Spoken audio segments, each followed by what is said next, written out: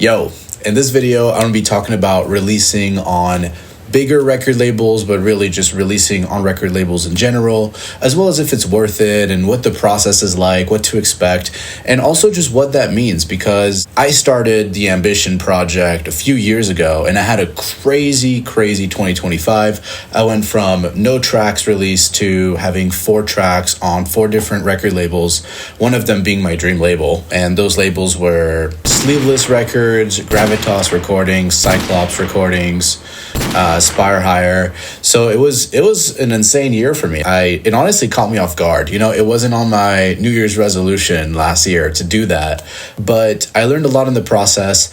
And first things first, I want to start adding an artist spotlight to these videos just because I'm blown away at all the talent and the super sick artists who are medium-sized, bigger than me, smaller than me, and they make bangers, dude. They're so good. Like, it's crazy. And so this video's artist spotlight is going to be Wisley. His first name's Anthony. The only information I have on this guy is the bio on his Spotify, but you got to check out his tracks.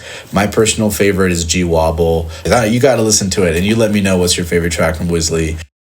First things first, when people say that you're on a record label, in our genre, that generally means that the record label will be releasing your track and they will own typically 50% of that master and derivatives of that master, which means if you were to remaster the song, they could also own 50% of that. You really have to check the contract to see what it says. But it doesn't mean that you get signed and you go on tour and your life changes and you become this big artist. And it's not like that at all. They basically just release your track and they tell their audience about your track, and sometimes they'll even put money behind it or really invest into the song. But generally, especially if you're a newer artist like I am, they'll just release your track. Now, you have to understand there's a lot of pros to it and a lot of cons. The obvious first con is that they're going to own 50% of your track. And that can be very demoralizing considering they spent no time in the studio and you're bringing 100% of the sauce. But in the olden days, that would be completely fine because a record label's job is to get you in front of people's eyes, for people to learn about you, for you to, to help build your audience. And that's why if a record label doesn't really have an audience, you're kind of just releasing into the void.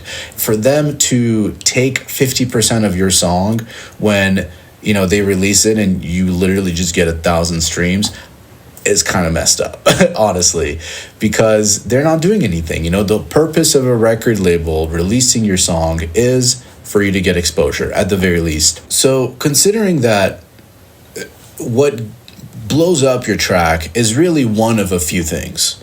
It could be the algorithm just shining a spotlight on you and you just got lucky. That happens all the time, especially if it's like your first few songs. The algorithm typically, and on all platforms, whether you're putting a video on YouTube or releasing a song on SoundCloud or Spotify, you'll see that at the beginning the algorithm tries to understand who your audience is, so you'll get like a little natural boost.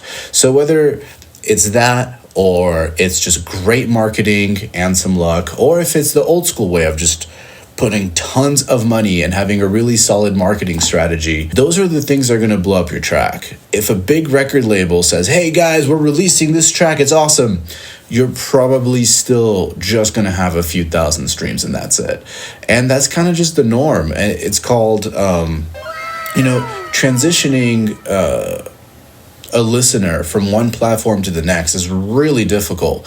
People are not going to leave Instagram to go check out your Spotify song. They rarely do. The ones that do are people in our industry or the people that know you personally, unless your song is super good and it's got great visuals as well and it's marketed to the right people, which creates this crazy fire and the algorithm then decides to pass you around. Blowing up is really difficult, and just because you get signed or you have a song that gets signed on a record label does not mean it's going to happen. I hope it does for you, but probably won't, and that's the norm, and that's okay. So what is the purpose? If you're giving away 50% of your track, and honestly, the record label, it's not that they don't want you to blow up. They it's just not that easy, you know? If you want your song to blow up, they would need to put tons of money behind it, tons of effort. They couldn't do that for every artist. They just couldn't. There's too many songs being released, too many people wanting to be on a record label. So really, when you ask me, is it worth it to be on a record label? My answer is yes, if you're a newer artist, because record labels do a great way of providing like a certification. They're like, well, they basically tell the world, hey, we receive, like, some record labels receive hundreds of songs per day, and out of all of those songs coming in, this one artist will be one of the 20 people or one of the 45 people that we are going to release a song with. And that's a big deal. That's a huge deal. So it's a great way to be certified in your community, and that's exactly what happened to me. I used to be a nobody. You know, I started posting videos on YouTube. Some people have been super nice and reaching out about that, but really I didn't start getting a lot of attention and respect in the community until Subtronics released my track on Cyclops Records. And I'm so honored that he even went a step further and he told people I'm like smoking the scene like salmon. Look at all the planets that lined up. I sent him a pretty darn good track. Like, a lot of planets lined up in the studio for me. Then I decided to put out the song, which is another step where a lot of people don't do this. You know, they just don't believe in their track. In fact, I didn't really fully believe in Monkey Mind. I thought it was just some crazy shit. I was like, man, I hope they listen to it, you know? But I sent the track, they listened to it, and typically, this is kind of the journey. When you send your track, there'll be like a preliminary listener usually at the record label that kind of like swifts through tracks that aren't mixed or not, they just don't sound good, or they're just a little too amateur, or it might just be a taste thing. You know, they're trained to like a certain type of genre or music, so they provide this initial filter. And for Subtronics' label, I sent my track out on July 26th, and Darlene is the label manager for Cyclops Records. So on my birthday, July 29th, let's go, she reached out to me and said, hey, give us a few weeks. So she listened to it, and she basically, I believe, told me, hey, like, give me a little time for Jesse to listen to this. I thought it was good enough to pass it along. And then on August 13th, she emailed me. So that was, you know, a good 2 weeks later, saying, hey, Jesse loves the track and he wants to sign. So what happened from there is, you know, they send you all this paperwork, you sign the contract. They had a really cool process. They sent me a Google form asking me, you know, I believe it was how best to advertise the track and what they could do to help. It was like forever ago. It was like 6 months ago. What really stood out, though, another crazy, planet that lined up for me is that Subtronics felt so enamored by this song, or saw the vision so much, that he went on Threads and he said, man, the best thing about having a record label is seeing these like really small artists just smoke the scene like salmon. And I saw that because it was suggested. Like, Threads will get suggested to you because companies are aggressive like that. And so the thread that the algorithm of Instagram decided to advertise to me was Jesse's thread, which was talking about me like 8 hours after he saw my track. And so I kind of assumed I was the one. I mean, I knew that it may not be me, but I was like, he commented on the SoundCloud link. He decided to take it. The dude gets tons of submissions. Like, it's got to be me. So I started talking all this shit on Instagram, like, damn, look, he's talking about me. And turns out he was, which all makes sense when you think about it. That he decided to do that. So that's another planet. So there's all this advertising. And then he released the track, and he talked about me directly. He talked about me in another video. With all those planets lined up, my track is sitting at 5,000 streams. 5,000 streams on Spotify, and I'm super grateful for that. He did so much for me, not even counting, any streams or anything like that. I think it's got quite a lot more on SoundCloud, but still, the point of this is the biggest impact that releasing on a record label has had for me is the exposure and the certification. Like, people put some respect on my name now, you know what I mean? So that's really, I think, the main reason why it is worth it. As you get more and more established as an artist and you have your own fan base, it gets to a point where you really need to pick the right label, because if they're not, going above and beyond and doing their part, then really you might as well just promote your own song on social media and collab with someone else that has a following. That's a great way to get exposure. But yeah, the overall arching point here is that even with all the capitalizing I did and all the greatness that happened in the studio and Subtronics' goodwill to give me all that extra effort, the streams may not come even then. It's a hard game. It's a very, very hard game out here. All in all, as you grow as an artist, I highly recommend doing collabs if you want exposure, or if you can find some kind of contract or agreement where the record label will match financially what you put in, or maybe do more, really try to get your name out, then that would be great.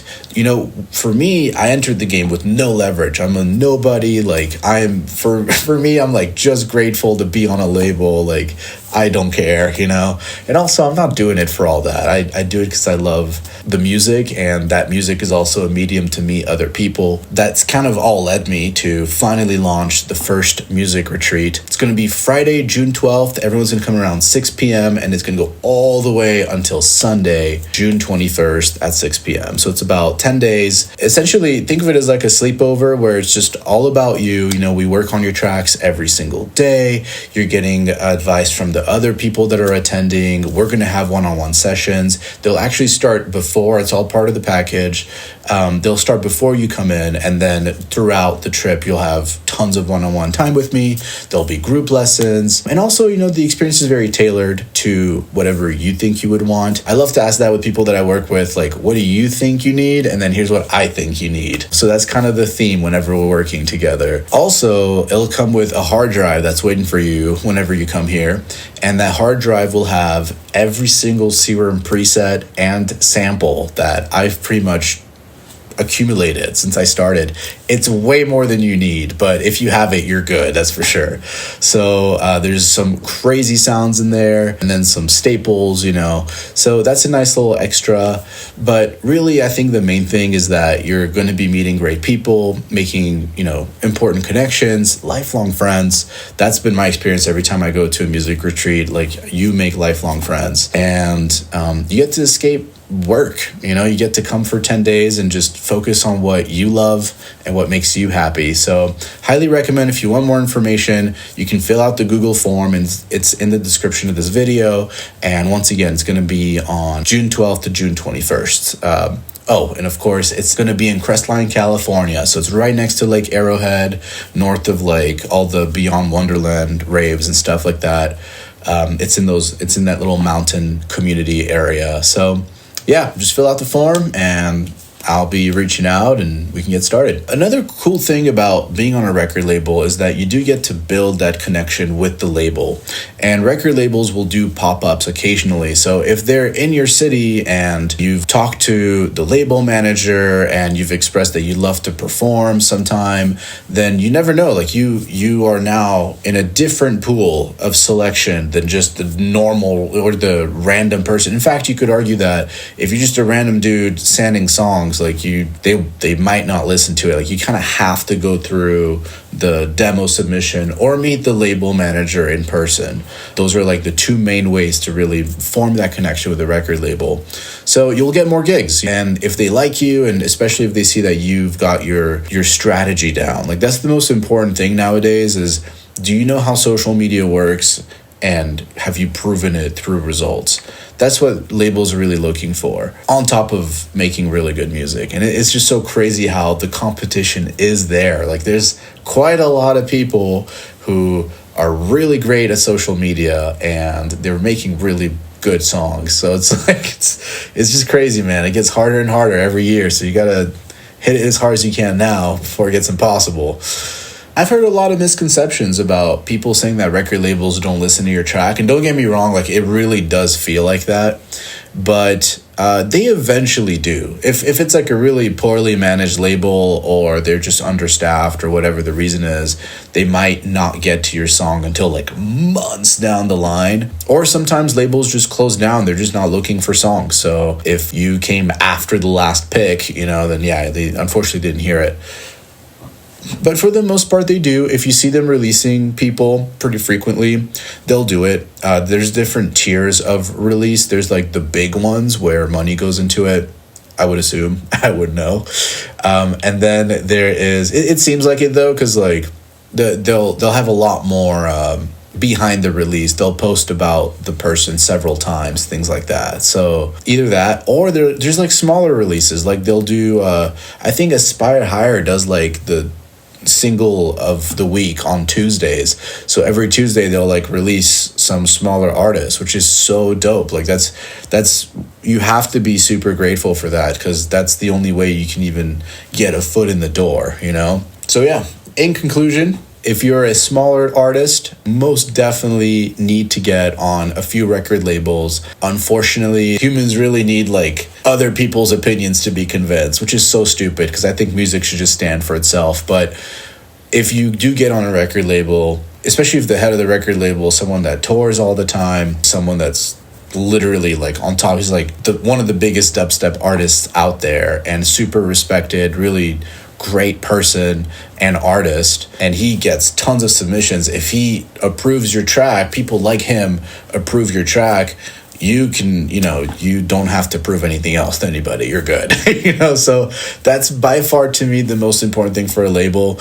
But once you get those certifications, I think you need to shift your focus, and that's what I'm doing this year. Is I'm going to be focusing on YouTube a lot more and getting the retreats and start diving more into what makes you happy. So if that's streams and recognition, then you're going to want to post on short form content and social medias, and you're going to want to go viral and showcase your songs. You're going to want to make your songs more consumable to the average listener, which is the main reason why I don't care about my streams, because I feel like there's definitely a correlation between like your song becoming more generic and being more appealing to a wider audience, and like screw that, dude. that to me as an artist is very triggering. I hate that concept.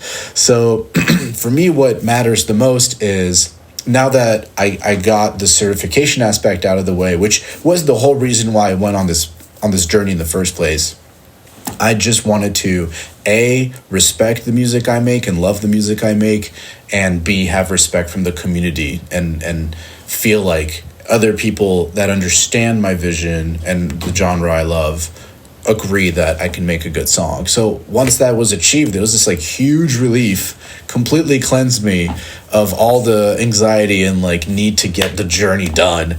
And now I can focus on what I love, which is building connections, making great tracks, and giving this skill to other people. So if you are interested, feel free to come for the music retreat. It's going to be a great time.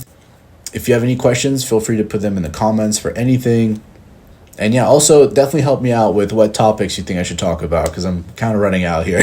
I can still do the tutorials, but like, talking head videos are kind of easier. So let me know if there's a topic and I'll do that pretty quickly. Anyways, peace.